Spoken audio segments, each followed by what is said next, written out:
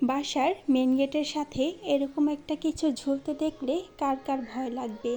আমি তো প্রথম যেদিন এটাকে দেখেছিলাম অনেক ভয় পেয়েছিলাম। তারপর এটাকে যখন খুললাম মনের ভয়টা একটু কমেছিল। তারপরও দ্বিধায় আছি এটাকে খুলে ফেলে দিব নাকি যেখানে আছে সেখানেই রাখবো। হ্যালো এভরিওয়ান, আসসালামু আলাইকুম। আশা করছি আপনারা সবাই ভালো আছেন। আলহামদুলিল্লাহ, আল্লাহর রহমতে আমরাও ভালো আছি। সকালবেলা ঘুম থেকে উঠে পড়লাম, ছেলে মেয়ে দুজনেই ঘুমাচ্ছিল। আর আজকে আমার মেয়েটার স্কুল বন্ধ ছিল, তাই স্কুলে যাওয়া হয়নি। এই যে সকালের নাস্তাটা বানিয়ে নিচ্ছিলাম। যেহেতু স্কুল বন্ধ, বাইরে যাওয়া হয়নি, আর বাইরে থেকে কিনে আনা নাস্তাও আজকে খাওয়া হবে না, তাই নাস্তাটা ঘরেই বানিয়ে নিলাম। আমার মেয়েটাও ঘুম থেকে উঠে পড়ল। রাতে মাংসের তরকারি রান্না করেছিলাম, মাংসটা গরম করে নিয়েছি আর ঘরে পরোটা বানিয়ে নিয়েছি। এখন মা আর মেয়ে মিলে নাস্তা খেয়ে নেব। আর আমার ছেলেটা তো ঘুমাচ্ছিল, সে এখন পর্যন্ত ঘুম থেকে উঠে নাই। সে একবার ঘুম থেকে উঠে পড়লে তাকে নিয়ে কাজ করতে অনেক কষ্ট হবে, তাই সে ঘুমে থাকা অবস্থায় আমি আমার কাজগুলোকে শেষ করে নিচ্ছিলাম। মাংসের তরকারি যেহেতু ছিল, তাই নাস্তা খাওয়া শেষ করে রান্নাঘরে এসে দুপুরের রান্নাটা করে নিচ্ছিলাম। আমি ভাত রান্না করেছিলাম, কিন্তু আমার হাজব্যান্ড বলল পোলাও রান্না করতে, তাই তার জন্য আবার আমি পোলাও রান্না করে নিয়েছি। দুপুরবেলা মেয়েটাকে গোসল করিয়ে দিয়েছি, সে বসে মিষ্টি খাচ্ছিল। আমাদেরই এক আত্মীয়র যমজ বেবি হয়েছে, সেই উপলক্ষে বাসায় এসে মিষ্টি দিয়ে গিয়েছিল। আমার মেয়েটাকে দিলাম মিষ্টি খেতে, কিন্তু সে খেতে চাচ্ছিল না। সাদা মিষ্টি তার তেমন একটা পছন্দ না, সে একদমই খেলো না। তারপর আমি আমার কাজগুলো করে নিচ্ছিলাম। এই যে বারান্দায় কিছু গাছ লাগিয়েছি, এইগুলো আমার মেয়ে লাগিয়েছে। তার অনেক ইচ্ছে বারান্দায় সে নাকি গাছ লাগাবে। আমিও লাগাবো করে আর লাগানো হচ্ছিল না। ফ্রিজে কিছু রসুন ছিল, সেগুলো গাছ বেরিয়ে গিয়েছিল, তাই সেগুলোকে আমি একটা একটা করে কুয়া ছুটিয়ে মাটিতে লাগিয়ে দিয়েছিলাম, সেখান থেকে গাছ হয়েছে। তারপর কলমি শাক এনেছিলাম, সেই কলমি শাকের ডাঁটাগুলোকে আমি পানিতে ভিজিয়ে রেখেছি, সেই ডাঁটাগুলো থেকেই জল বেরিয়েছে। হুট করে একদিন এই জিনিসটা আমার হাজব্যান্ডের চোখে পড়ে। আমি সারাদিন বাসায় থাকি, বাসার কাজ করি, তারপরও আমি এটাকে খেয়াল করিনি। আমার হাজব্যান্ড দেখানোর পর আমি তো ভয় পেয়ে গিয়েছিলাম।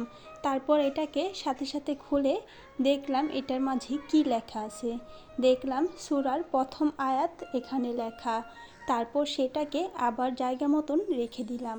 বুঝতে পারছিলাম না এটা কি করব, খুলে ফেলে দিব নাকি জায়গাটা জায়গায় থাকবে। বেশ কয়েকদিন হয়ে গেছে এটা জায়গা মতনই রয়েছে, খুলে ফেলার সাহস হচ্ছিল না। এই বিষয়ে আপনাদের কোনো মতামত থাকলে কমেন্ট করে জানিয়ে দেবেন। তারপর বিকেলবেলাটা আমি আমার ছেলেকে নিয়ে বাইরে বের হলাম। আমার মেয়েটা খেলার জন্য বাইরে বের হতে চাচ্ছিল, তাকে একা বের হতে দেওয়ার সাহস হচ্ছিল না, তাই তাদের সাথে আমিও বাইরে বের হয়ে পড়লাম।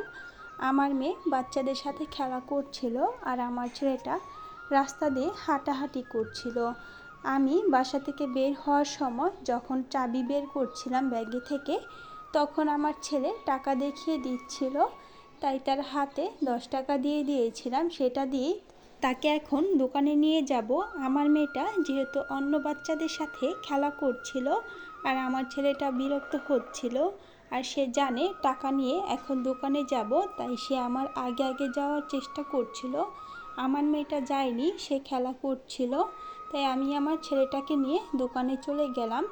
এই যে আমার ছেলেটা আমার আগে গিয়ে আমাকে ডাকছিল, তারপর সে আগে আগে যাচ্ছিল আর আমি তার পিছন পিছন হাঁটছিলাম। রাস্তায় লাল রঙের একটা বাইক দেখেছিল, তার বাবার বাইকটাও যেহেতু লাল রঙের, সে ভেবেছিল এটা তার বাবার, সে বাইকে উঠতে চেয়েছিল। তারপর তাকে আমি না করছিলাম বাইকের কাছে যেতে, তাই সে সেখান থেকে চলে আসলো। এই রাস্তা দিয়ে একটা কুকুর চলে গেছে, কুকুরের পিছন পিছন সেও যাওয়ার চেষ্টা করছিল। তাকে পিছন দিক দিয়ে আমি ডাকছিলাম, তাই সে আবার চলে এসেছিল। এখন সে সোজা রাস্তা হেঁটে দোকানে চলে যাচ্ছে। আমাদের বাসা থেকে দোকানটা অনেকটাই কাছে, দোকান থেকে সে যখন কিছু কিনে নিয়ে আসলো তখনই তার বোন তার কাছে চলে এসেছে তার ভাগেরটা নিয়ে যেতে। এই যে তারা দুই ভাই বোন এখানে বসে রয়েছে, আর আমার মেয়ে তার ভাগের খাবার নিয়ে সে তার বান্ধবীর সাথে সেখান থেকে চলে গেছে। এখানে একটা বাচ্চা বসে খেলা করছিল, আমার ছেলেটা তার খাবার থেকে কিছুটা খাবার বাচ্চাটাকে দেওয়ার চেষ্টা করছিল। তাকে নিয়ে অনেকটা সময় এখানে বসে রয়েছিলাম। আর এখন যেহেতু হালকা ঠান্ডা পড়েছে আর এই বেঞ্চের এই জায়গাটায় অনেকটাই রোদ ছিল, রোদের মাঝে বসে থাকতে ভালোই লাগছিল। ভিডিওটা ছিল এই পর্যন্তই। ভিডিওটা যদি ভালো লেগে থাকে একটি লাইক দিয়ে দিবেন। সবাই ভালো থাকবেন। আল্লাহ হাফেজ।